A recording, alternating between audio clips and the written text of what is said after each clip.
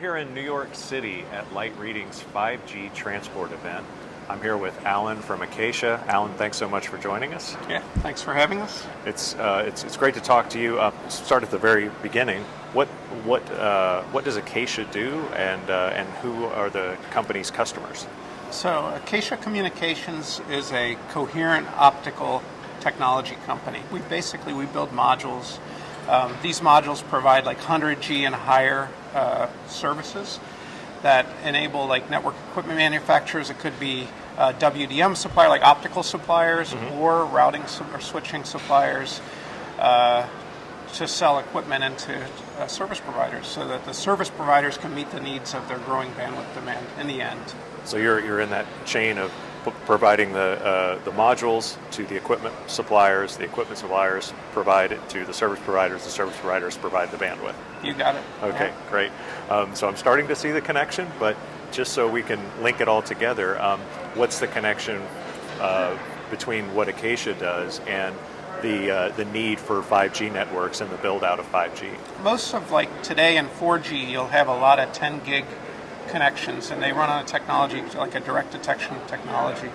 5G has 5 times the throughput kind of as 4G, something in that ballpark. Right. So quickly, if you have multiple, like people today are talking about multiple 10 gigs going out to a radio head, so very quickly you're getting to like 100 gig speeds, and that's where we come in. So it's really, once you get to 100 gig, we see the coherent technology starting from the core of the network 10 years ago, now slowly inching closer and closer to access networks. So really we see coherent as a key technology for everything from like 10 kilometer demands and higher. Okay. Well, just to back up a little bit, because you mentioned that the 4G network, it was direct detect technology was sort of dominating that network evolution, and now we're in coherent. What exactly is the difference, and is there, and what is the advantage that coherent has over that direct detect? Yeah, I think when you look at like 10 gig solutions, direct detect is a very efficient technology for that, and it works pretty well. But as you scale the speed of the signal, you basically run into more fiber impairments that you didn't have at 10G. They might even, from 10G to 40G or whatever, it might go up by 10x instead of just by 4x, or 16x, like it's a squared relationship. So suddenly these impairments make it very operationally difficult to deploy direct detect and for like 100 gig and higher.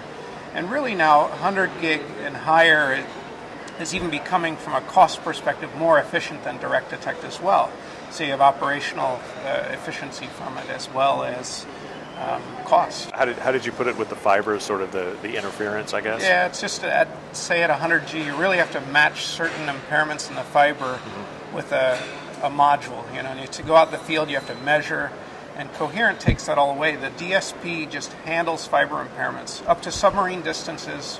We don't care. The chip does it. It's all automatic. So again, operationally, it's just very simple, and the scale from 100G and higher becomes more efficient with coherent. It's really interesting to see these network technologies go from so deep in the network and moving closer and closer to the user as we go.